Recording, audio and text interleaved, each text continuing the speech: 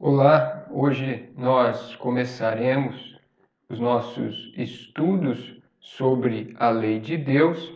Serão 13 aulas, 13 lições, que são baseadas na revista Expressão de 2014, que vai tratar desse assunto, desse tema, a lei de Deus. Precisamos dela? Por quê? E hoje, então, para darmos aí início à nossa primeira aula, nós trataremos sobre o tema a lei e a aliança, baseada aí no texto de Êxodo, capítulo 19.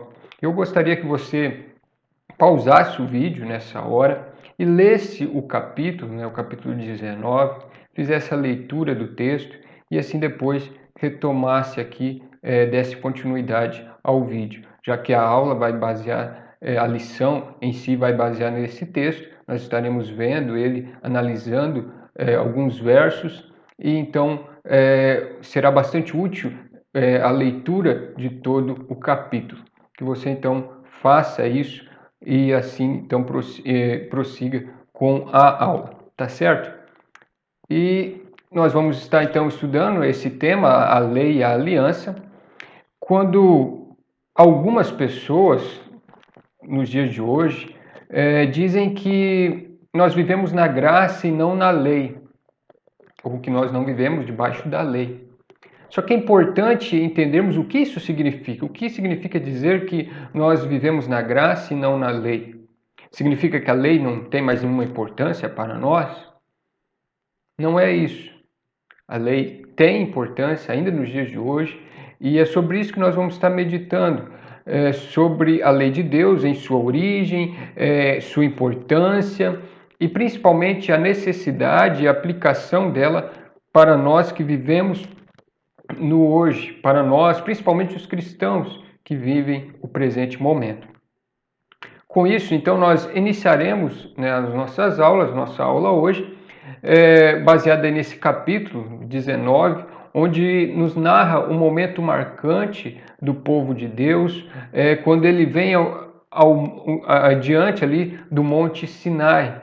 Quando Deus vem ao Monte Sinai, se manifesta ali ao povo de Israel, e ali ele vai fazer então esse pacto, ou reafirmar a aliança com o povo de Deus.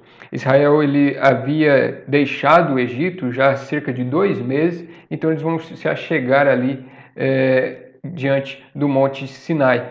E Paul Rose, ou House, eu não sei a pronúncia correta aí no inglês, ele diz o seguinte sobre isso: nenhum outro evento afeta tanto o arcabouço histórico e teológico do Antigo Testamento quanto esse. Então, certamente, esse momento do povo se achegar ali diante de Deus no Sinai foi um momento muito importante e marcante na história do povo de Deus, na história do povo de Israel.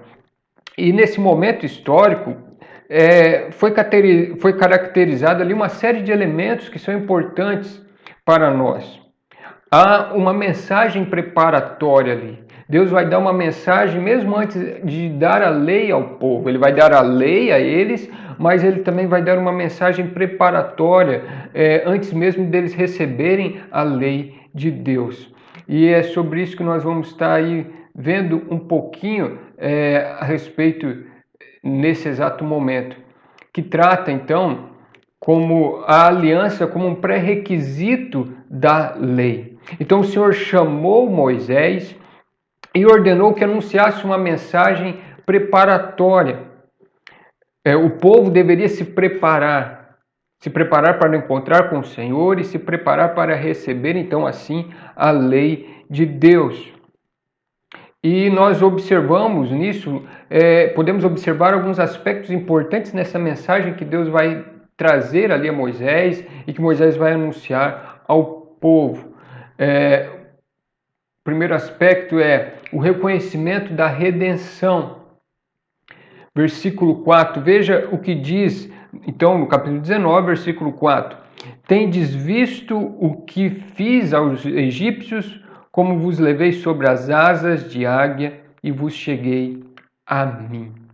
Tende visto o que fiz. Deus relembra o povo de Israel o que ele fez por eles.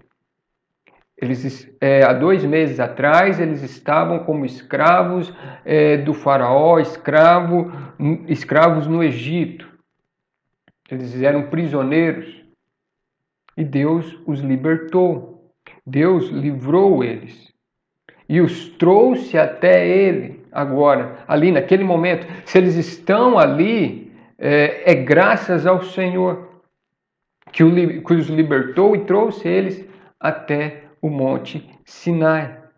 Mesmo quando o faraó ainda vai com seus cavalos de guerra, com seu exército atrás, Deus ainda livra eles, abre o Mar Vermelho, eles atravessam. Tudo isso é a obra de Deus, Deus ali libertando e salvando o povo. Então, a aliança, ela vai ter a origem nessa disposição de Deus. Por que Deus vai fazer isso? Porque Ele ama esse povo. Ele se dispôs, Ele quis amar, então Ele resolve, decide libertá-los e salvá-los. Alguns vão afirmar que a lei foi dada no Antigo Testamento para os crentes do Antigo Testamento e ela era o instrumento ou o meio deles serem salvos. Só que, se isso for verdade, isso na verdade contraria, por exemplo, o texto de Hebreus 11, onde o autor vai citar vários personagens importantes do Antigo Testamento, Abraão, Moisés, o próprio Moisés é citado, e ele vai falar, no versículo 2, Hebreus 11, 2, ele diz, pois pela fé os antigos obtiveram bom testemunho. Hebreus 11 é conhecido como a galeria dos heróis da fé, ali vários personagens importantes do Antigo Testamento que nos apresenta, e o autor cita, ou seja, eles tiveram bom testemunho por meio da fé, e não pela obediência ali em si, ou cumprimento da lei da parte deles. Então, se o povo estava ali, diante de Deus, agora para receber a lei, não era para que eles fossem salvos. Ao contrário, Deus havia os salvados e agora estava ali firmando a sua aliança e dando a lei a eles. É por graça e bondade de Deus. Isso vem desde o fato de Deus aparecer a Moisés. Quando ele aparece a Moisés ali por meio da sarça, Deus disse o seguinte, em Êxodo 3, versículos 7 e 8. Vi a aflição do meu povo que está no Egito, conheço-lhe o sofrimento, por isso desci a fim de livrá-lo da mão dos egípcios e para fazê-lo subir daquela terra a uma terra boa e ampla. Deus diz a Moisés, eu vi a aflição do meu povo e resolvi descer e livrá-los. Então Deus, por disposição, não há uma condição aqui. Deus, ele quis descer, ou seja, ele diz, é o meu povo e eu vou livrá-los. Então ele assim salva e liberta o povo de Israel.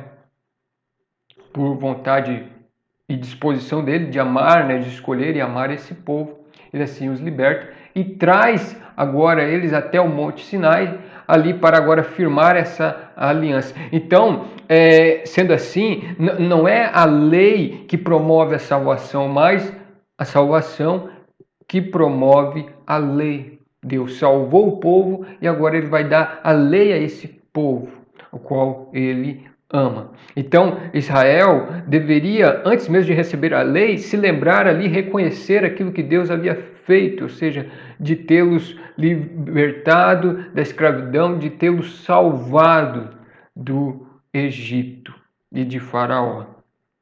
Além disso, nós vamos ver também que há uma disposição para obedecer. Agora, na primeira parte do versículo 5, diz assim, agora, pois, se diligentemente ouvirdes a minha voz. A palavra diligentemente tem a ideia ou um significado de esforço, de realizar, o esforço para realizar uma determinada tarefa. Ela vai estar bastante ligada com um zelo, né, ou um cuidado para fazer uma determinada coisa. Então, no caso aqui, então Deus estava dizendo que o povo deveria ter cuidado em ouvir a sua voz, ou ouvir a voz de Deus com atenção, eles estarem atentos às palavras de Deus. Eles deveriam diligentemente ouvir a voz assim do Senhor, ou se dedicarem em ouvir a voz do Senhor. Além disso, ele vai falar também, continuando no versículo, ele diz: agora, pois, se diligentemente ouvirdes a minha voz e guardardes a minha aliança. Então ele fala sobre esse esforço em ouvir a voz de Deus e também guardar a aliança. Guardar se refere a ter algo como valioso, né? Ou o que também demonstra cuidado e zelo, mas ver aquilo que se guarda como algo precioso, algo que também leva a pessoa assim, a ter certos cuidados e zelo para com aquilo. Então, Deus não estava exigindo perfeição do povo em relação a obedecer, mas ele exige ali fidelidade e devoção. Ele quer que o povo seja fiel, que ele escute a voz do Senhor e que guarde a sua aliança, que guarde a sua palavra. Antes mesmo de dar a lei então ao povo, o Senhor já estava advertindo Israel a terem atenção e compromisso. Compromisso de obedecerem ou de servirem o Senhor, de ouvir e agirem de maneira fiel a Ele. Então, é necessária essa disposição em relação à palavra de Deus, à sua lei. Né? É necessário que o seu povo se disponha a obedecer. Não é fácil, né? Há os obstáculos que se colocam, que tentam atrapalhar a nossa obediência, a nossa fidelidade ao Senhor. Como o próprio mundo que vai contra a obediência, que vai contra a vontade de Deus, os seus mandamentos, como o Satanás, que também é o inimigo do Senhor e que também promove aí a rebeldia e a desobediência, e o nosso próprio coração, né, o pecado que nos dispõe exatamente para agir da maneira contrária, ou seja, em vez de obedecer, desobedecer o Senhor, em vez de ser fiel, acabar sendo infiel. Então, é importante essa disposição, esse esforço, essa dedicação para ouvir a palavra de Deus, para ouvir a sua voz e também guardar então aquilo que ele tem a nos dizer em sua palavra. Mesmo os cristãos sendo salvos pela graça de Cristo, contudo, a sua palavra é válida, ela tem importância, ela é valiosa e deve ser guardada pelos seus filhos, e então, para isso, eles devem ter essa disposição, essa busca de agirem de maneira fiel e obediente ao Senhor. E nós vemos essa característica ali, essa mensagem sendo dada ali, né, Deus advertindo o povo, ou seja, para que eles obedecessem, para que eles se dispusessem em estar ali ouvindo a sua voz e obedecendo assim a sua lei, antes mesmo dele dar a lei ao povo. Terceira coisa, então, nós também vemos acerca da consciência do privilégio. Agora, na segunda parte do versículo 5 e o versículo 6, que nos diz assim: sereis a minha propriedade peculiar dentro de todos os povos, porque toda a terra é minha. Vós me sereis reino de sacerdotes e nação santa. São estas as palavras que falarás aos filhos de Israel. Então, nós podemos ver aqui pelo menos três coisas dentro desse privilégio que Israel estava tendo diante ali, entre todas as nações. Qual era o privilégio de Israel? Primeiro é que ela seria a propriedade peculiar, né, de Deus. Então Deus estava escolhendo a nação de Israel, né, ou escolheu entre todas as nações.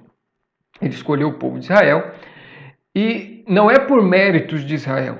Isso Deus vai falar em outros textos. Não é porque era um povo especial em si. Não. Ele escolheu por amor, por graça, por bondade dele. Israel não era a melhor entre todas as nações, mas Deus escolheu para ser um povo diferente, para ser um povo separado para a sua obra.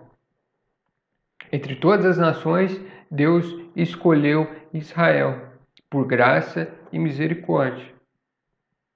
Além disso, e é esse o significado então de Deus falar que ela é sua propriedade peculiar, né, ou especial de Deus, né? Ele também vai dizer, né, toda a terra é minha. Então Deus deixa bem claro que tudo pertence a Ele, mas Ele escolheu um povo em particular, separou um povo, o qual o torna mais especial, que é separado para a sua obra.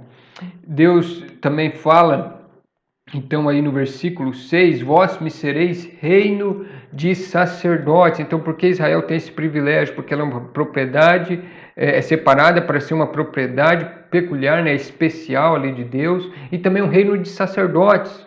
O povo de Israel deveria mostrar às outras nações, aos povos gentios, que o Senhor era o único Deus. Eles deveriam ensinar às outras nações que o único Deus é o Deus de Israel. É Ele que deve ser servido, é Ele que deve ser ouvido, é a sua vontade que deve ser obedecida. Nesse sentido, eles seriam sacerdotes do Senhor, de Deus, para as outras nações, mostrando quem é o Deus verdadeiro, quem é o Deus Criador, quem é o Deus Santo e digno de toda adoração e culto. Mas, em vez disso, né, nós sabemos que foram as demais nações, no decorrer da história do povo de Israel, você vai ver que no Antigo Testamento, que foram as nações que influenciaram Israel. Em vez de Israel influenciar as outras nações, mostrando quem é o Senhor, quem deve ser servido, mostrando que eles eram diferentes, ao contrário, foram as nações que influenciaram Israel. Então elas se voltaram ao pecado, à idolatria, se desviaram do Senhor, e aí quando Deus vai puni-los, trazendo o cativeiro, trazendo o juízo ali, o cativeiro sobre eles. Além disso, né, no entanto, eles tinham esse privilégio de serem então uma propriedade peculiar, de serem um reino de sacerdotes, né, eles deveriam ali mostrar às outras nações que Deus é o único Deus, o Deus de Israel. E também Deus diz aí no versículo 6, né, vós sereis meus reino de sacerdotes e nação santa, uma nação santa. Algo que Deus vai declarar de diversas vezes nos primeiros livros aqui do Pentateuco ao povo de Israel. Deus é santo, então o seu povo deveria ser também santo, um povo que já estava sendo separado por Deus para exatamente mostrar a santidade ali, também refletir, ou seja, que Deus é um Deus santo, é um Deus justo, é um Deus bom. Por pertencerem e serem governados por Deus, então todas as atividades deles, ou seja, a vida do povo de Israel deveria refletir que eles eram o povo do Deus vivo. Então, ao obedecerem a palavra de Deus, ao ouvirem a voz do Senhor, eles demonstrariam a santidade, eles mostrariam que servem um Deus santo e que são também assim um povo santo. Então, eles tinham esse privilégio, Israel teve esse privilégio de ser uma propriedade peculiar, um reino de sacerdotes e nação santa. Pedro, ele chama a igreja, ele usa esses mesmos termos referente à igreja, lá em 1 Pedro capítulo 2, né? Uma nação santa, reino de sacerdotes, né? Sacerdotes reais e povo de propriedade exclusiva de Deus, né? Ou seja, a igreja hoje, ela também é um povo separado por Deus, que ele chamou porque ele quis amar, que ele escolheu, que ele separou para si, um povo que também deve aí testemunhar acerca de Deus, ou seja, como sendo o único Deus, o único que deve ser adorado, ouvido, e assim também demonstrar que Deus é santo e eles são um povo santo, um povo separado, que vive para o Senhor, né? Que Deus reina sobre a vida deles, e isso se mostra em todos os aspectos da vida da igreja, né? Da vida aí do povo de Deus. Então, a igreja, né? Nós, os cristãos, também temos esse privilégio. Ou seja, Deus deu esse privilégio a nós de sermos propriedade peculiar, de sermos reino de sacerdotes e uma nação, né? Um povo santo dele. E isso é por graça, isso é por misericórdia, nós devemos lembrar isso. Assim como por Israel também aqui, era misericórdia de Deus, era graça de Deus manifestada para esse povo. Então, você vê já isso na palavra aqui de Deus. Mas seguindo então, o nosso segundo ponto vai falar da lei como instrumento revelador. A lei ela vai revelar a natureza daí das partes envolvidas na aliança. Deus faz aliança com o povo e ele vai dar a lei. E a lei ali vai revelar então essas duas naturezas de Deus e do povo, né, ou do homem em si. Então a primeira delas que nós vamos estar aí vendo, que é acerca do homem, né, que a lei revela então a indignidade do homem. Os versículos de 10 a 15 diz assim: Disse também o Senhor a Moisés: Vai ao povo e purifica-o hoje e amanhã. Lavem eles as suas vestes e estejam prontos para o terceiro dia. Porque no terceiro dia o Senhor, à vista de todo o povo, descerá sobre o monte Sinai. Até o 15, né? Marcarás em redor limites ao povo, dizendo: Guardai-vos de subir ao monte, nem toqueis o seu limite, todo aquele que tocar o monte será morto. Mão nenhuma tocará neste, mas será apedrejado ou flechado, quer seja animal, quer seja homem, não viverá. Quando soar longamente a buzina, então subirão ao monte. Moisés, tendo descido do monte, ao povo, consagrou o povo e lavaram as suas vestes, e disse ao povo: Estai prontos ao terceiro dia, e não vos chegueis à mulher. Então o povo deveria ali, ou Moisés, Deus vai dizer ao povo agora, através de Moisés, que eles deveriam se purificar e lavar as vestes. Até vai dizer o versículo 15 que eles não deveriam ter relações sexuais ali, ou se achegar às suas mulheres. Deveriam se previr disso ali até o terceiro dia, até o dia que se encontrariam com o Senhor. Essas coisas, né, esse lavar, esse se purificar e lavar as vestes, tem um símbolo de purificação. O se lavar carrega sempre o se lavar se carrega a ideia de renovação, um novo tempo, um novo começo. Para o povo de Israel era uma nova etapa em suas vidas, né? Antes eles viviam no Egito, eles eram escravos, agora eles estavam ali como livres, né? Um povo de Deus, né? Como uma nação ali agora, uma nação ainda governada pelo Senhor.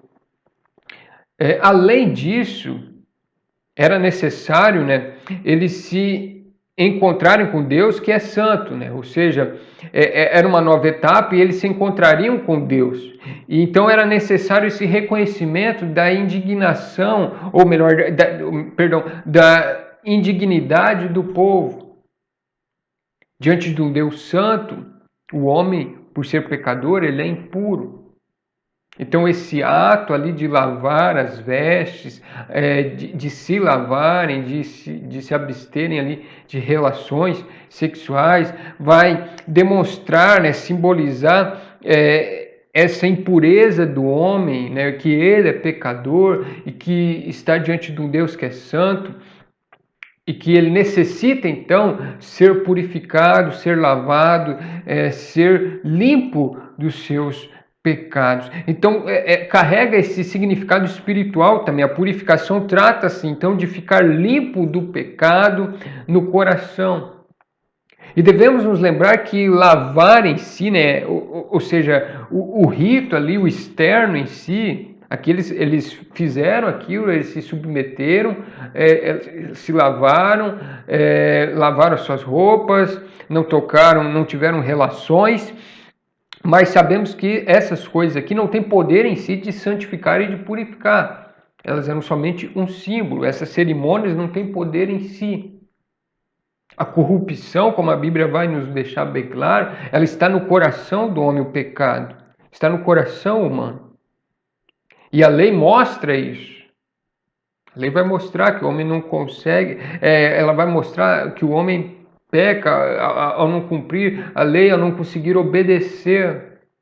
Vem do coração dele. E assim vai mostrar também essa necessidade, então, que nós temos de ter um coração puro, um coração lavado, um coração purificado pelo Senhor. Quando Davi está orando, pedindo perdão a Deus, o salmo lá, o seu salmo de arrependimento, Salmo 51, ele diz lá no versículo 7, purifica-me com esopo e ficarei limpo, lava-me e ficarei mais alvo que a neve. No versículo 10, então, ele diz, cria em mim, ó Deus, um coração puro. Davi, ele vai falar, né, lava-me, ficarei limpo, mas ele também vai falar acerca do coração, porque é ali que está a raiz, né, o pecado em si está no coração. Ele mostra essa necessidade de ser purificado, de ser lavado, de ter um coração puro, limpo, livre de pecado. Então, outro texto que vai deixar bem clara essa ideia então de purificação, lá em 1 João, capítulo 1, versículo 9, que nos fala, se confessarmos os nossos pecados, ele é fiel e justo para nos perdoar os pecados e nos purificar de toda injustiça. Então ele usa aqui a palavra também de purificar como lavar, né? Limpar de todo o pecado, de toda injustiça. Então a lei vai revelar a indignidade do homem, a sua corrupção. Ele não vai conseguir cumpri-la. E mesmo o povo, para recebê-la aqui, como nós vemos, né, eles iam se encontrar com o Senhor. Deus já estava pedindo ali, né, de maneira externa, ali, cerimonial, que eles se lavassem, né, exatamente mostrando que eles são pecadores, que são indignos. Indignos ali do Senhor. Se você vê também, além de se lavarem, estabelecido um limite ali entre uma distância entre eles e Deus. Eles não poderiam se achegar ao monte. Diz aí, ó, no versículo 12: marcarás em redor limites ao povo, dizendo: guardai-vos de subir ao monte, nem toqueis o seu limite, todo aquele que tocar no monte será morto. Mão nenhuma tocará neste, mas será apedrejado ou flechado, quer seja animal, quer seja homem, não viverá. Quando soar longamente a buzina, então subirão ao monte. Então, foram marcados limites ali. Isso mostra que havia uma separação entre Deus e os homens. Havia uma separação entre Deus e os homens. E nós sabemos que pela própria graça de Deus em Cristo Jesus, é que o homem então é purificado pelo Senhor e pode se achegar então diante dele. Então, a lei vai mostrar essa indignidade do homem, ou seja, a sua necessidade de ser purificado.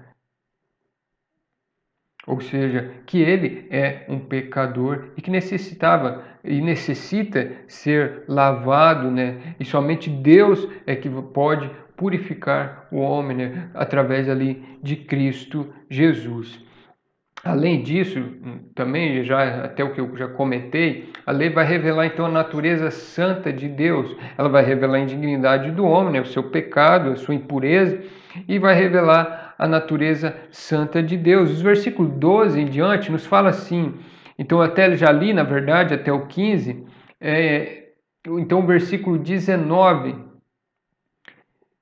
versículo, na verdade, do 16 ao 19, diz assim: ao amanhecer do terceiro dia, houve trovões e relâmpagos e uma espessa nuvem sobre o monte, e muito forte clangor de trombeta, de maneira que todo o povo que estava no arraial se estremeceu. E Moisés levou o povo fora do arraial ao encontro de Deus e puseram-se ao pé do monte. E todo o monte Sinai fumegava, porque o Senhor descera sobre ele em fogo, e sua fumaça subiu como fumaça de uma fornalha. E todo o monte tremia grandemente, e o clangor da trombeta ia aumentando cada vez mais. Moisés falava e Deus lhe respondia no trovão. Então Deus vai mostrar sua santidade ao povo, ele vai se manifestar ali no Monte Sinai. Ele manifesta seu poder, sua grandeza, uma nuvem que desce, uma nuvem espessa, trovões, relâmpagos. Imagina esse cenário, não há nem como imaginar nós. O monte tremendo, o povo temeu. Eles estavam ali perto, né, diante ali de uma manifestação do Senhor. Não existe ninguém como Ele. Ele é o Criador, Ele é aquele que domina, que governa sobre a criação. Deus Todo-Poderoso, que havia salvado ali, que havia abrido o mar, enviado as 10 pragas ao Egito, abrido o mar vermelho para o povo passar, e agora eles estão ali diante dele, né, em certo sentido, diante ali da manifestação do Senhor. Então ele é o Senhor e Criador. Sua palavra deve ser ouvida e obedecida. E veja que no versículo 9,